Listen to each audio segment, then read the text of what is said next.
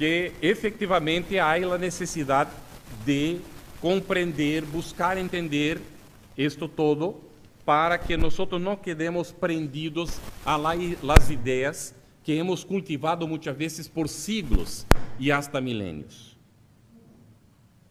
Há uma película, creio que o nome é Ágora, da película, em que ensina uma coisa muito interessante, não? Que está ocorrendo aí em el período naciente del cristianismo. Estamos falando aí de uma biblioteca que era das últimas que havia supervivido, não? E estão se formando os primeiros curas e começam a surgir depois os obispos e tal. E há momento que estão construindo uma represa, os curas da igreja nasciente. E estão levando pedras com uma carroça. E um deles disse assim: temos que fazer o esforço de imitar a Cristo. E o outro larga todo e se vuelve para ele e diz: que atrevido eres. Que atrevido. Como te atreves a dizer imitar-lo? Ele é inimitable. É impossível imitar a Cristo. Devemos de reconhecer nossa inferioridade. E parece ser, depois, é um santo da igreja. Se convierte em um santo da igreja. Pero imagina o que está sendo ele, contrariando a proposta que Jesus vino a trazer. ¿Por quê? ¿Por qué vino? ¿Por qué estuvo entre nós? Se não fora para ensinar o caminho para chegar hacia Deus. ¿Me habéis compreendido? Que é o que hemos hecho a lo largo de los tiempos. E depois tuvimos que efetivamente aceitar esta ideia de sobrenatural, de maravilhoso, porque não teníamos explicação nem sequer para por que existimos nós. Que é o que estamos fazendo aqui na terra? Teremos que agradar a Deus por ser de esto, de aquella qualificação ou religião ou o que seja. E por isso, então, tantas diferenças e tantas lutas e o porquê de que eu vengo neste viaje e de repente havia posto minha mochila aqui e quando la pongo adelante veo que está aberto o bolsito de atrás, onde estava um passaporte mío, onde havia algum dinheiro, pero se levar alguma coisa, não sei o que foi, porque estas coisas importantes se quedaram aí. E eu digo, quem abriria a pertenência de outra pessoa para levar lo que é de outro? Quem haria isso? Uma pessoa que não sabe nada da realidade espiritual e provavelmente creia em lo sobrenatural, ou é um materialista, ou tem uma religião pro forma, porque se conhecer a religião em sua essência, em la essência todas elas ensinam isso, roubar não é agradável a Deus. E o pior é que não é agradável para uno mesmo, porque há uma lei chamada de causa e efeito. Es igual la de la física.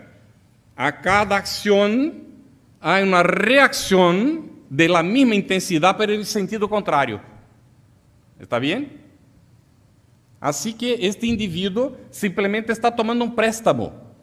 No mío, não quero receber nada de retorno. Se me rouba, provavelmente é porque me está auxiliando a quitar uma deuda que eu tenho. Não sei de onde, de quando, não?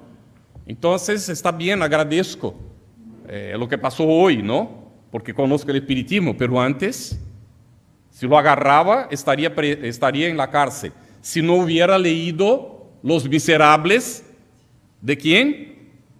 De Víctor Hugo, que era espiritista. Mira que obra maravilhosa escreveu este homem. E que hace el perdão del cura, quando o indivíduo va sacando los petrechos aí de la igreja que eram utilizados para a liturgia, porque eram de ouro.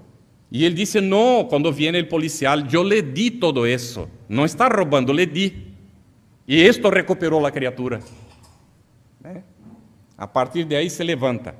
Então, muitas vezes, nós não sabemos o poder desta relação que temos uns com outros. E o que as palavras construem muitas vezes nesta relação. ¿Está bem? Então, Allan Kardec vai dizer que a doutrina espírita, neste artículo, que vai ocupar 10 páginas da revista espírita, nos vai dizer que há aí um fato, um hecho que merece estudar, que merece ser conhecido. Y algunas personas podrán preguntar, pero ¿por qué no está ocurriendo hoy en nuestros hogares? ¿Por qué en mi casa no ocurre? Para un poquito. Vuelve un poco atrás. Empieza a pensar en lo que ya ocurrió. Es muy difícil que en una familia no hayan ocurrido fenómenos que quedaron ahí en la bruma de la memoria, ahora hoy olvidados, o que incluso esté ocurriendo algunas cosas. O no está ocurriendo porque nosotros no damos oportunidad. No ponemos atención. Porque nos dice Allan Kardec, cuestión 459 del Libro de los Espíritus, que los espíritus nos influencian a tal punto que de hecho son ellos que nos dirigen. Codo con codo están con nosotros, todo el tiempo. Divaldo narra de un obsesor que le acompañó 40 años, ¿no, Divaldo? 40 años. Donde iba Divaldo estaba él. Divaldo lo percibía, lo veía. Muchos de nosotros no vemos y pensamos que no tenemos porque no estamos viendo. Pero es una ilusión, nos acompaña para todos los lados. Donde vamos están, adentran nuestro hogar. Algunos dirán, tú tienes mucha imaginación, pero debemos de desarrollar nuestras capacidades y utilizarlas, ¿no? Yo voy a narrar dos cositas que para mucha gente sería maravilloso o sería ficción. Nosotros tenemos un niño autista. Este niño, él ve a los espíritus. Está con 32 años, pero la cabecita está con 6 años hasta hoy, ¿no? No hay un acoplamiento completo del espíritu al cuerpo físico, por lo tanto queda como aquel periodo inicial que los espíritus dicen que en la niñez, hasta más o menos los 7, 8 años, los espíritus reencarnantes conviven mucho con los espíritus desencarnados y para ellos no hay mucha diferencia entre encarnados y desencarnados. Y él los ve nuestros centros de fuerza, ya tuvimos varias pruebas de eso. Y un día estaba sentado en el sillón y de repente se volcó para la puerta de vidrio cerrada y dijo, ¿qué es esto? Y él estaba con la mamá sentada en el otro sofá y la mamá le dijo, ¿qué fue, Daniel? ¿Qué pasó? Y él se volvió para acá de nuevo y le dijo para ella, gracias a Dios, que no abra los R's, ¿no? Gracias a Dios. ¿Qué pasó ahí? Él vio un espíritu intentando entrar. No era bueno porque se asustó por la apariencia de él, pero intentó y no logró. Todos los santos días, si estamos juntos lo hacemos, si estamos separados, mi mujer hace igual, si yo estoy accesible por el móvil, nos llamamos y hacemos lectura y oración con él, antes de que se duerma. Pedimos protección espiritual porque él puede no valerse por sí mismo. Y nosotros podremos fallar, ¿no?, en la protección que debemos a él, hacia él. Bueno, hoy el otro día estaba yo viendo una película en la tele. Y de repente yo percibí un espíritu sentado en el otro sillón a mi lado. Estaba asistiendo conmigo. Bueno, maravilloso, sobrenatural. Es un ser desencarnado que está ahí a nuestro lado, ¿verdad? Y entonces yo termino de ver la película y yo veo que ele já se movimenta para irse. E eu lhe digo, estás invitado para hacer el evangelio, que ahora vamos a hacer. Yo terminé de ver la película, que te gustó probablemente, pero ahora vamos a hacer el evangelio. Y él no, y fue para la puerta. No logró salir. Como entró yo no sé, pero él tan materializado no lograba salir porque estaba cerrada la puerta. ¿Está bien? Está descrito en la literatura espírita. Esto ocurre. Y yo le dije, mira, te invito a quedarte para la lectura. No quería de forma ninguna. Fuimos para la lectura, leemos el evangelio, hicimos la oración, y él afligido, ¿no? Y queriendo salir. Entonces yo fui, para mucha gente loco, fue abrir la puerta para salir un espíritu. Pero yo fui porque no quería que él se quedara de hecho en casa, ¿no? Él vino porque yo estaba viendo la película y le ha atraído. No penséis que no vengan, ¿eh? Vienen, a depender de la película, les interesa y vienen a ver. Bueno, entonces él salió de ahí, pero llevó la semilla. Puede ser que en aquel momento le molestó, pero la semillita estará ahí. Y probablemente salió por la calle y ha dicho a los otros, oh, cuidado con aquella casa, cuidado con aquella casa, porque ahí... Yo pregunto, ¿es sobrenatural? ¿Es maravilloso? Es de nuestra convivencia diaria. Y cada vez más vamos avanzando para esto. Y vamos cerrando, ¿no?, este momento de conversación. Estamos todos caminando para eso.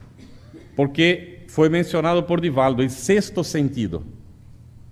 Es esta capacidad de inspiración que estamos desarrollando. Ya la tenemos, rudimentaria a veces, pero todos nos comunicamos con nuestro ángel de la guarda. Todos. Sea porque Él nos inspira y como tiene mucha afinidad con nosotros, pensamos que estamos pensando solos. Pero cuando dormimos, nos encontramos con Él. Si nos preparamos para eso, porque si no nos preparamos, vamos a nos encontrar con quien nosotros nos afinamos. Porque todo depende de nosotros. El mundo espiritual que nos rodea es aquel que nosotros permitimos. Nos influencian conforme nosotros lo admitimos. Pero la decisión es siempre nuestra, porque tenemos el libre albedrío de hacer de una forma o de otra. Para el espiritismo, por lo tanto, no hay nada sobrenatural, no hay nada que esté fuera de la naturaleza, los espíritus están dentro de la naturaleza, nosotros es que no conocemos la naturaleza. Y aquello que nos parezca maravilloso es porque de hecho no hemos conocido. Para un ser que no ha visto nunca, no un pararrayos o estas captaciones de rayos, cuando vea haciendo esto, va a pensar que es un milagro, no algo sobrenatural. Y esto es algo científico que se utiliza con mucha naturalidad por quien lo conoce. Así va con todo. Es muy importante que nosotros podamos entonces estudiar el espiritismo, no acomodarnos, porque hay un cabedal importantísimo ofrecido hacia nosotros por los espíritus superiores. Pero para empezar hay que ser con Allan Kardec, leer y conocer Kardec, los clásicos del espiritismo, aquellos autores iniciales, y después leer autores consagrados, conocer Manuel Filomeno de Miranda, Juana de Ángeles, y una cantidad inmensa de espíritus que Divaldo ha recibido en estos años de trabajo con la mediunidad. ¿Y cuántos por Chico? Emmanuel, André Luis, para citar algunos, hay muchísimos. Hay María Dolores, que los dos han recibido. Hay libros magníficos que nos hablan de esta realidad espiritual con la cual nosotros estamos conviviendo, que ya no podemos más ignorar, que de hecho hace parte de nuestra vida y que nos facilitará mucho el porvenir si nosotros ya pasamos a actuar mientras estamos aquí, considerando esta realidad espiritual. La ley fundamental de nuestro Padre está expresada por Jesús y el espiritismo la trae de manera práctica para nosotros. Es el amor hacia Dios nuestro Padre, es el amor hacia nuestro semejante, como amamos a nosotros mismos, porque hay necesidad de amarse para saber amar el semejante, y que el espiritismo nos viene y pone, fuera de la caridad no hay salvación. Si tenemos duda, hagamos el bien. En la oportunidad que nos aparezca, no necesitamos buscar, pero la vida nos traerá la oportunidad. Vamos a hacer el maravilloso ocurrir en nuestra vida. Ser buenos y efectivamente útiles unos para los demás. Esta es la maravilla que el espiritismo espera construir, trayendo para nosotros esta nueva era, la era de la conciencia despierta. Mucha paz y mucha luz para todos.